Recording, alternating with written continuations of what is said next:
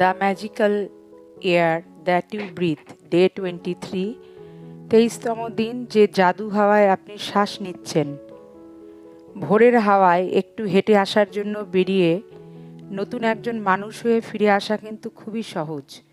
একজন খুশিহাল সুরভিত মানুষ। Mary Ellen chess শিক্ষাবিদ এবং লেখক। It is quite possible to leave your home for a walk in the early morning air and return a different person, beguiled, enchanted. Mary Ellen Chase, educator and writer. কয়েক বছর আগে যদি আমাকে কেউ বলতো যে বাতাসে আমি নিঃশ্বাস নিই, তার কাছে আমার কৃতজ্ঞ থাকা উচিত, আমি নিশ্চিতভাবে তাকে পাগল ঠাউরাতাম। আমার কাছে এই কথাটার বিন্দুমাত্র অর্থই কোনো থাকতো না। কোনো দুঃখ কি আছে যে কেউ শ্বাস নেওয়ার জন্য, হাওয়ার জন্য অন্তত কৃতজ্ঞ হতে যাবে? কিন্তু যখন থেকে কৃতজ্ঞতার স্পর্শ লেগে আমার জীবন বদলে গেল, যা কিছু আগে আমার কাছে নিতান্তই প্রাপ্য বলে মনে হতো, যাদের নিয়ে কখনো ভাবার প্রয়োজন বোধ করিনি, তখন থেকেই তা হয়ে উঠল একেবারে অলৌকিক। জীবনের ছোট ছোট ব্যাপার আর দৈনন্দিনকতা নিয়ে মাথা ঘামানোর বদলে আমার চোখ খুলে গেল বৃহৎ জীবনের প্রাঙ্গণে, মহাবিশ্বের বিপুল বিস্ময়ের মধ্যে। মহান বৈজ্ঞানিক নিউটন বলেছিলেন, সৌরজগতের দিকে তাকালে আমি দেখতে পাই পৃথিবী সূর্যের থেকে ঠিক ততটাই দূরে আছে যাতে সে সঠিক পরিমাণে আলো আর উত্তাপ পায়। এটা শুধু ভাগ্যক্রমে হতেই পারে না। এই কথাটি আমাকে বৃহত্তর চিত্রটি সম্পর্কে আরও ভাবিয়ে তুলল। এটা নিছক ঘটনাচক্রে হতে পারে না যে আমাদের চারপাশে একটা আবহাওয়ার সুরক্ষা বল আছে এবং তার বাইরে কোথাও কোনো হাওয়া নেই, অক্সিজেন নেই। এটাও নিতান্ত ভাগ্যক্রমে ঘটতে পারে না যে গাছেরা অক্সিজেন পরিত্যাগ করে, ফলে আমাদের পরিবেশ প্রতিনিয়ত পরিশ্রুত হতে থাকে। এটা বরাজ্জোর হতেই পারে না যে আমাদের সৌরজগৎটা একেবারে নিখুঁতভাবে জায়গা মতো রয়েছে। আকাশগঙ্গার অন্য যে কোনো জায়গায় থাকলে খুব সম্ভবত আমরা মহাজাগতিক বিকিরণে ধ্বংস হয়ে যেতাম। হাজার হাজার মাপঝোঁক আর অনুপাতের নিখুঁত হিসেব পৃথিবীতে প্রাণ রক্ষা করে চলেছে। তাদের প্রত্যেকটা দাঁড়িয়ে আছে একেবারে সূক্ষ্মতম ভারসাম্যেরই ওপর, আর তাদের সেই ভারসাম্য এমনই জরুরি যে এইসব মাপঝোঁক আর অনুপাতের বিন্দুমাত্র তারতম্য এই পৃথিবীতে বাস করার অযোগ্য করে তুলতে পারে মুহূর্তের মধ্যে। এসব নিছক ঘটনাচক্রে হয়ে গেছে এ কথা বিশ্বাস করা প্রায় অসম্ভব। মনে হয় যেন সব কিছু একেবারে নিখুঁতভাবে হিসেব করা হয়েছে, নিখুঁতভাবে বানানো হয়েছে এবং নিখুঁত জায়গায় রাখা হয়েছে শুধু আমাদেরই জন্য। এই বোধটি যখন প্রথমবারের মতো আমাকে ধাক্কা দেবে যে এই সব কিছু নিছক পতন হতেই পারে না, পৃথিবীর বাইরে ও অভ্যন্তরে প্রতিটি ক্ষুদ্রাতি ক্ষুদ্র অনুপরমাণু নিখুঁত ভারসাম্যে এক মহান ঐক্যের বৃন্দগানে আমাদেরই সাহায্য করে চলেছে, তখন আপনি জীবনের প্রতি এক বিপুল কৃতজ্ঞতা অনুভব করবেন। কেননা এর একমাত্র উদ্দেশ্য হলো আপনাকেই রক্ষা করা। যে জাদুময় বাতাসে আপনি নিঃশ্বাস নিচ্ছেন তা কোনো দুর্ঘটনা বা প্রাকৃতিক সমাপতন মাত্র নয়।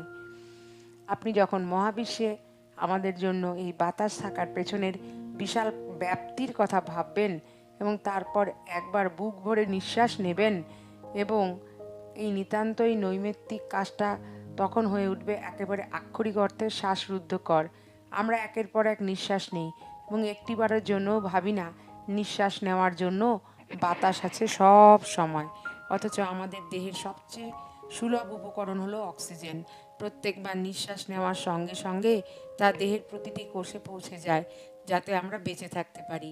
আমাদের জীবনের সবচেয়ে মূল্যবান উপহার হতে পারে বাতাস, এবং উপহার হলো বাতাস, যাকে ছাড়া আমাদের জীবন কয়েক মিনিটের জন্য হতে পারে না। বেশি আয়ু পেতেই পারি না আমরা কয়েক মিনিটের। আমি যখন কৃতজ্ঞতার শক্তিকে ব্যবহার করতে শুরু করি তখন বহু ব্যক্তিগত চাহিদা মেটানোর জন্য তাকে ব্যবহার করেছিলাম। ব্যাপারটা কাজে দিল, কিন্তু যখন আমি জীবনের প্রকৃত উপহারগুলোর জন্য কৃতজ্ঞতা অনুভব করতে লাগলাম তখন আমি এর আসল শক্তি বুঝতে পারলাম। যতই আমি একটা সূর্যাস্তের জন্য, একটি বৃক্ষ, সমুদ্র, একটি ঘাসের শীষের ওপর একটি শিশির বিন্দুর জন্য আমার জীবন আর সেই জীবনের শরীর মানুষদের জন্য কৃতজ্ঞ হতে লাগলাম, যেসব জাগতিক বস্তু আমার কাম্য ছিল তা যেন উপচে পড়তে লাগলো। এখন বুঝতে পারি কেন এমন হয়। আমরা যখন জীবনের এবং প্রকৃতির মহামূল্য উপহারগুলোর জন্য সত্যি সত্যি কৃতজ্ঞ বোধ করি, যেমন নিঃশ্বাস নেওয়ার জন্য এই জাদুময় বাতাস, তখনই আমরা কৃতজ্ঞতার গভীরতম উপলব্ধিতে উপনীত হই। আর যে মানুষ কৃতজ্ঞতার সেই গভীরতা উপলব্ধি করতে পারবে, তারই জীবন প্রাচুর্যে ভরে উঠবে। আজ স্তব্ধ হয়ে ভাবুন সেই মহান বায়ুর কথা। ভাবুন যাতে আপনি নিঃশ্বাস নেন। 5 বার গভীরভাবে নিঃশ্বাস টানুন। অনুভব করুন শরীরের অভ্যন্তরে সেই বাতাসের উপস্থিতি। তারপর উপভোগ করুন প্রশ্বাস ফেলার আনন্দ। দিনের মধ্যে 5 বার 5টি করে নিঃশ্বাস আর 5টি করে প্রশ্বাস ছাড়ুন। গ্রহণ করুন ও মোচন করুন। আর 5 বারই এই কাজ করার পর বলুন সেই সব জাদু শব্দ যা আপনি শিখেছেন, যে জাদুময় বাতাসে আমি নিঃশ্বাস গ্রহণ করি তার জন্য ধন্যবাদ। আর যে মহামূল্য প্রাণদায়ী বাতাসে আমি নিঃশ্বাস নিচ্ছি তার প্রতি আন্তরিকভাবে কৃতজ্ঞ হন। সবচেয়ে ভালো হয় যদি আপনি ঘরের বাইরে এই অভ্যাস করতে পারেন, কারণ সেক্ষেত্রে আপনি তাজা হাওয়ার মাহাত্ম্য অনুভব করতে পারবেন। তবে তা একান্তই অসম্ভব হলে ঘরেই করুন। শ্বাস নেওয়ার সময় চোখ বন্ধ রাখতে পারেন, আর আবার খোলা চোখে করলেও ক্ষতি নেই কিছু। অভ্যাসটা আপনি চালিয়ে যেতে পারেন হাঁটতে হাঁটতে, লাইনে অপেক্ষা করার সময়, কেনাকাটার সময়, এক কথায় যে কোনো সময় যে কোনো জায়গায়। আসল কথা হলো শরীরের বাতাসের আসা যাওয়াটুকু স্বেচ্ছাপ্রণোদিত হয়ে অনুভব করা। সচরাচর যেভাবে শ্বাস নিয়ে থাকেন সেভাবেই শ্বাস নিন, কারণ এই জাদু অভ্যাসটা শ্বাস নেওয়ার বিষয়ক নয়। শ্বাস নিচ্ছেন যে জাদু বাতাসে তার প্রতি কৃতজ্ঞতা বোধটাই আসল। যদি লম্বা করে নিঃশ্বাস নিলে আপনার সেই উপলব্ধি সহজতর হয়, তাহলে তাই নেবেন।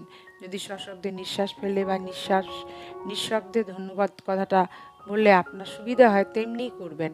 চাইলে পরবর্তীতে একটু অন্যভাবেও এই অভ্যাসটা করতে পারেন। আপনি কল্পনা করবেন যেন প্রতি শ্বাসে আপনি শরীরে গ্রহণ করছেন কৃতজ্ঞতা, প্রতি নিঃশ্বাসে আপনার দেহ মন ভরে উঠছে সেই অনুভূতিতে।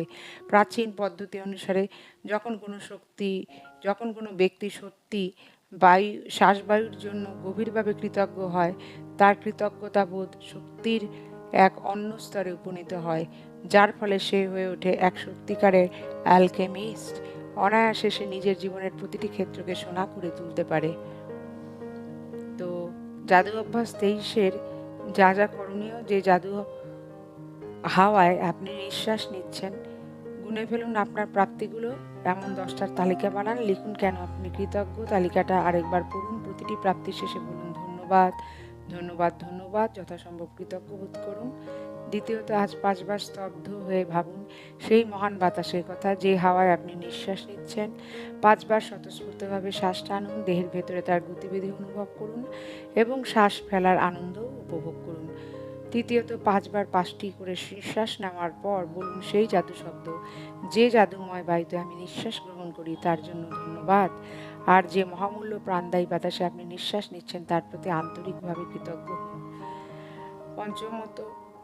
চতুর্থত, আজ শুতে যাওয়ার ঠিক আগে হাতে নিন জাদু পাথর। আজকের দিনে সবচেয়ে ভালো যা ঘটেছে তা মনে করে বলুন সেই জাদু শব্দ, ধন্যবাদ।